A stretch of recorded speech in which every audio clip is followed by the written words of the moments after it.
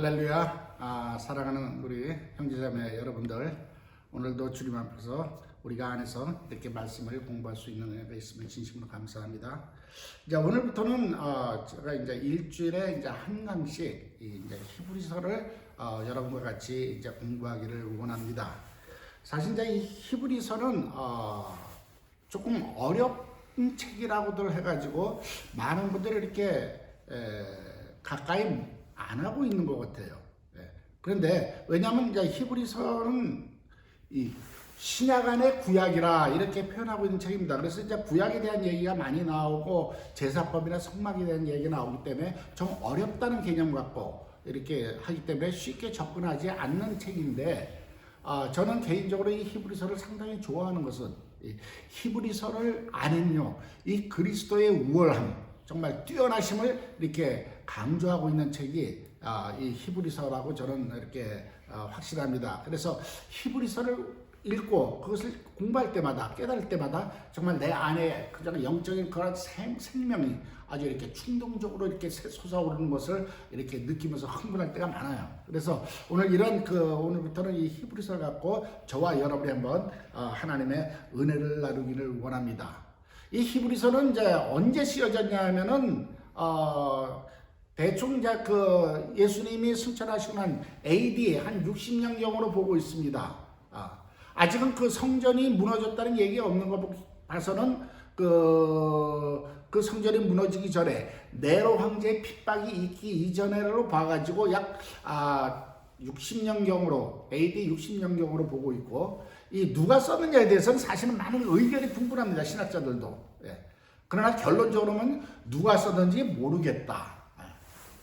그래서 어떤 분이 이렇게 딱 냈습니다. 오직 하나님만이 아신다. 맞습니다. 이 성경은 성령님께서 영감을 주셔서 사람으로 하여금 쓰게 한 책이 성경이기 때문에 우리는 이제 성경을 쓴 사람을 기자라고 그러죠. 저자라고 안 그러고 기자. 왜? 보고 들은 대로 기록한 것이기 때문에. 그래서 누가 쓰였는지 모르지만은 하나님은 아신다. 할렐루야. 그리고 이제 누구를 향해서 썼냐면 이제 히브리서니까 히브리인들을 대상으로 했다 이렇게 보고 있는데, 이제 거기에 대해서는 어디에 있는 히브리인들이냐, 이제 주로 의견이 분분한데, 부족한 쪽은 이제 예루살렘에, 이스라엘 예루살렘에 거하는 이제 히브리인들을 중심으로 이 대상으로 이 히브리서를 썼다고 저는 개인적으로 믿습니다. 왜냐하면 그 당시에요, 그리스도를 믿으면서 또 자꾸만 율법으로 돌아가서 그 제사법, 율법으로 돌아가려고 하는 그러한 흐름들이 있었기 때문에 그것을 바로 잡아주기 위해서 히브리서 기자를 통해서 하나님께서 그리스도의 우월함을 나타냈다는 것을 깨달으시기 바랍니다. 그 이유는 왜냐하면요, 사실은 이제 예수님이 십자가에서 죽으시고 부활 승천하실 때 많은 500여 사람이 부를 때 이런 말을 했습니다. 주님이 천사가 주님이 너네들 본 모양으로 올라간 모습 그대로 다시 오실 것이다, 재림하실 것을 예언했습니다. 그리고 주님도 약속을 했습니다. 그렇기 때문에요, 그 당시 초대교회 그 성도들은요, 예수님의 재림을 가장 확실하게 믿고 살고 있었어요. 그래서 자기 세대 당대에 예수님이 오실 것을 확실하게 믿었는데, 결론적으로는 1년이 지나도 소식이 없고 10년이 지나도 소식이 없고 20년, 근 30년이 지나도 오신다는 예수님은 오시지 않고, 그동안에 그 사도들은 전부 다 하나하나 순교의 제물로 사라지고 있었다는 거예요.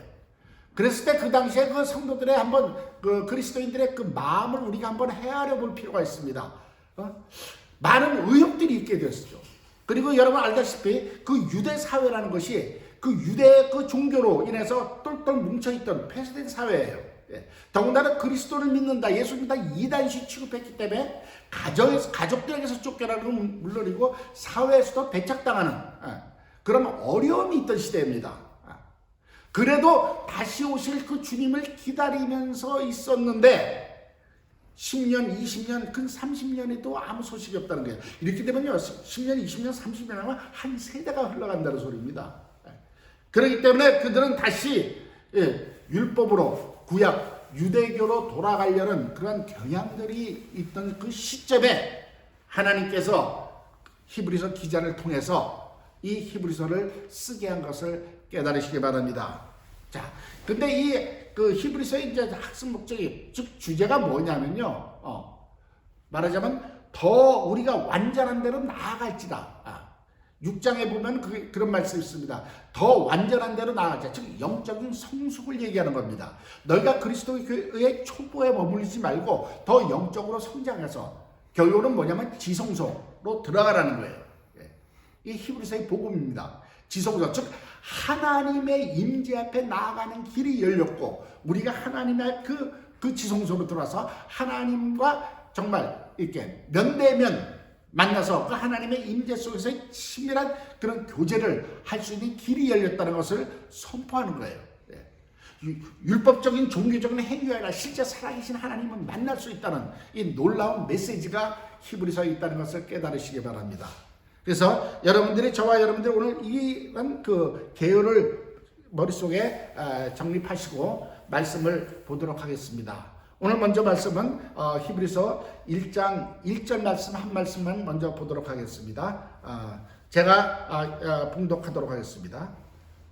옛적의 선지자들로 여러 부분과 여러 모양으로 우리 조상들에게 말씀하신 하나님이, 제가 1장은 이제 그 전체적인 그 제목은 이제 하나님의 아들은 계시의 완성이다, 이런 타이틀을 잡았습니다. 그리고 이제 1장 1절은 이제 말씀하시는 하나님이라는 이렇게 소제목을 붙였는데, 자, 우리 그 요한복음 4장 24절을 보면요, 우리 하나님은 영이시다 이렇게 표현되어 있습니다. 영이란 것은 우리가 셋째 하나를 강의에 또 말씀드렸지만 눈에 보이지도 않고 저기 만질 수도 없는 무형상 비물질인 존재입니다. 그래서 우리 인간으로서는 도대체 하나님이 어떠한 존재인지, 하나님이 어디 계신지 알 수도 없고 찾아갈 수도 없다는 거예요. 그런데 이 성경은 하나님께서 우리 인간에게 스스로 당신을 나타내셨다는 겁니다. 이것이 제가 다른 종교와의 큰 차이점이라는 거예요. 우리는 하나님은 우리를 찾아오시고 우리에게 당신을 나타내셨다, 즉 계시하셨다는 겁니다. 할렐루야. 그래서 우리가 그 하나님을 알 수 있다는 겁니다. 근데 이 계시하는 것이 하나님은 어느 날 갑자기 짠 하고 나타나서 내가 하나님이다 하신 것이 아니라 창세 이후로 모든 만물을 통해서 우리에게 하나님을 계시하시기 시작했다는 것을 깨달으시기 바랍니다. 사실 저와 여러분이 이렇게 살고 있는 우리 주변을 한번 돌이켜보자고요. 우리가 이렇게 발을 딛고 사는 이 지구 땅, 보면요, 어마무지하게 큰 흙덩어리 아니겠습니까? 그런 질량덩어리에 우리가 정말 바이러스처럼 다다다다 붙어가지고 사는 존재라고요. 하나님의 관점에서, 입장에서 이렇게 보면요. 그런데 이 거대한 질량덩어리가 공중에 떠 있다는 것. 그리고 우리가 우주에 대해서 좀 우리 나름대로 지식이 있잖아요. 수많은 행성들, 이 지구는 물론이고 지구보다 수백 배 큰 그 덩어리들이 공중에 제 위치에 떠서, 이게 수천 년, 수만 년, 수억 년인지 모르지만은 정말 정확한 궤도에 자기 위치를 지키면서 이렇게 존재할 수 있다는 게, 이것이 과연 우연이라고 볼 수 있을까요? 자연적으로 태어나서 자연적으로 이렇게 생겼다고 볼 수 있을까요? 그런가 하면은 또 우리 주변에 이렇게 보면은요, 많은 그 생명의 신비가 있지 않습니까? 어떻게 그렇게 겨울에 전부 다 언 땅인데 봄이 되면 다시 그렇게 파릇파릇 새싹이 나면서 그 얼음을 뚫고 올 수 있을까? 이 동물들이 정말 이렇게 잉태하고 이렇게 새끼를 낳고 이렇게 하는 거, 그 식물 미생물의 어떤 그 모든 이 자연 만물을 보면요, 글쎄 이게 그냥 저절로 생겼다고는 믿어지지가 않는 부분이 너무나 많아요. 그래서요, 로마서 1장 19절 20절에는 하나님께서요, 창조 이후로 만물을 통해서 하나님이 계신 것을 보여주셨다는 겁니다. 그렇기 때문에 너희가 핑계치 못할지라 그랬습니다. 즉 이런 것을 보면요, 바로 이것이 이런 정말 이 세상에 들어있는 그 많은 그 신비함이 그냥 우연히 저절로 생긴 것이 아니라 누군가가 창조했다고 믿을 수밖에 없는 그러한 그것을 우리는 자연 계시다 그렇게 합니다. 그래서 그것을 봤을 때 누군가가 이것을 모든 것을 지으신 분이 계시겠다. 예. 우리 그 자연을 통해서 그 하나님의 존재를 인식할 수 있다는 것을 깨달으시기 바랍니다.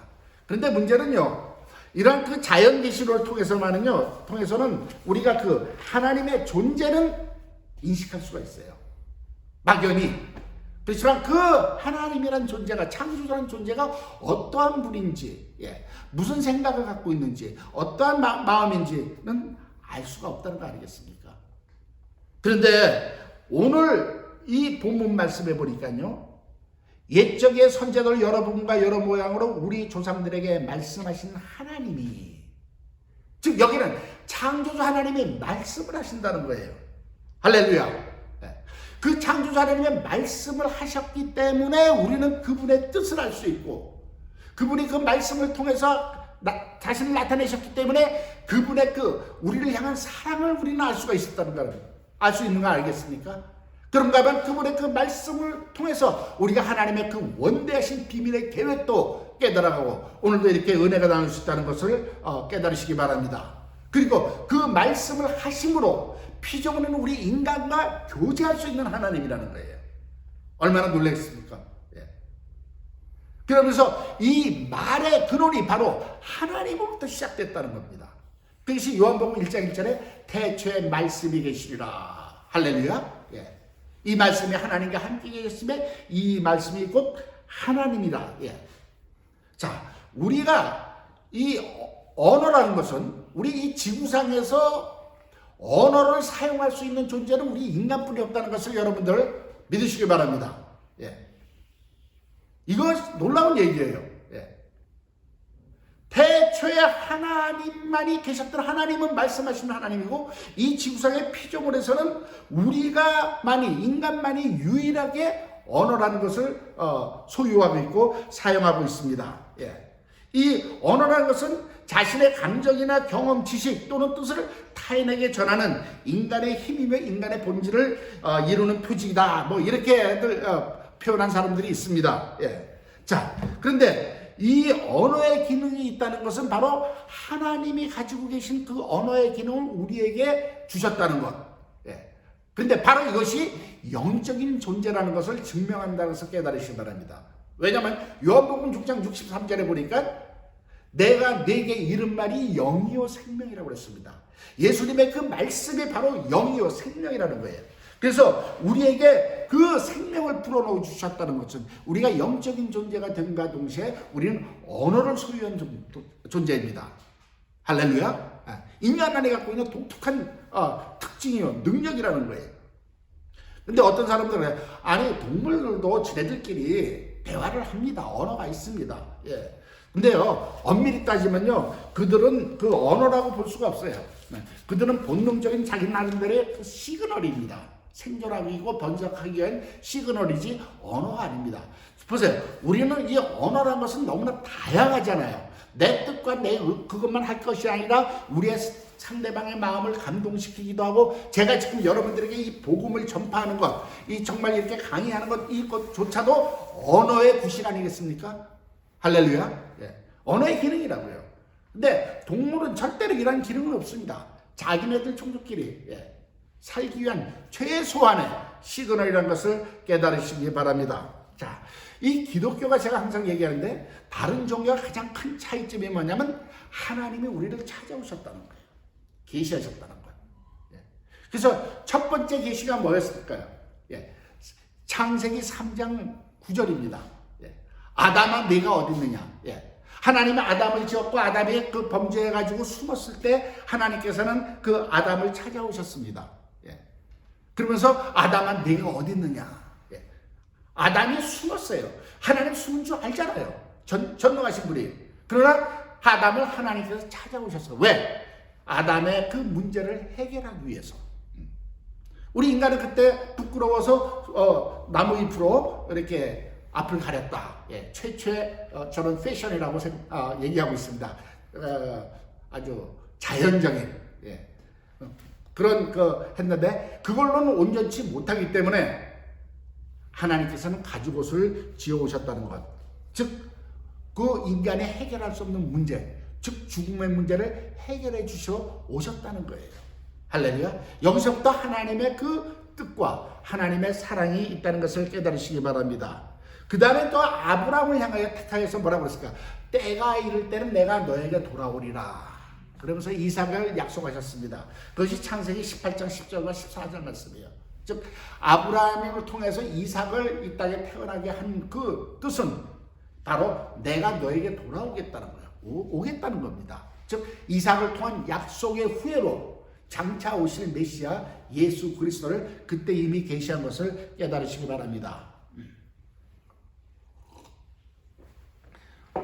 그런데 문제는요, 이런 하나님의 계시가 오늘 보니까 옛적부터 여러 선지자들로 여러 부분과 여러 모양으로 우리 조상들에게 말씀하셨다는 거예요. 즉 오랜 시간 동안에 모든 그 대에 걸쳐서 여러 선지자들을 통해서 여러 부분 여러 모양으로 이렇게 해왔기 때문에 사실은 우리 인간들이 그것을 완전하게 이해할 수 없었다는 겁니다.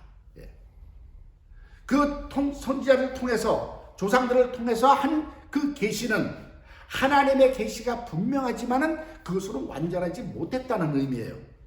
조각조각. 예를 들어서 한번 여러분들이 이거 일단 참고로 보겠습니다. 무엇일까요? 네, 3입니다. 여기 초가상가리 있고 초가지도 있고 굴뚝이를 이렇게 연기하라고 밥을 있고 산에 강물이 이렇게 흐르고 여기서 누구는 어떤 사람은 낚시를 하고 있고 여기 뭐 나룻배가 하나 떠 있고 여기는 구름이 있고 새들이 이렇게 날고 여기는 태양이 떠 있습니다. 이거 전체적인 그림은 여러분 뭐 제가 시력은 없지만 일단 어떤 풍경을 그린 겁니다. 그런데요, 이것을 우리가 이렇게 나눠보면은 조각조각 나눈다면은 한 조각만 봐서는 우리가 이 전체 그림을 알 수가 없어요. 왜? 우리 그림 맞추기 퍼즐 같은 거 하잖아요. 이것을 보면 무슨 산꼭대기를 그렸다. 이것을 보는 사람은 아니다. 이 그림의 주제는 날아다니는 새다. 이 그림의 주제는 태양이다. 이 그림의 주제는 집이다. 각자가 있어요. 이 그림의 주제는 낚시다. 이건 아니다. 이건 배다. 주제가 다 다르다는 거예요. 보는 관점에 따라서. 그래서 이와 마찬가지로 하나님께서 여러 모양으로 부분적으로 이렇게 해온 이 계시는요, 우리 인간들로 하여금 많은 오해가 있게끔 했습니다. 완전치 못했습니다. 그 중에 가장 대표적인 것이 뭐냐면요, 바로 율법이었다는 거예요. 자, 하나님께서 모세에게 시내산에서 십계명을 주셨습니다. 딱 10가지만 주셨어요.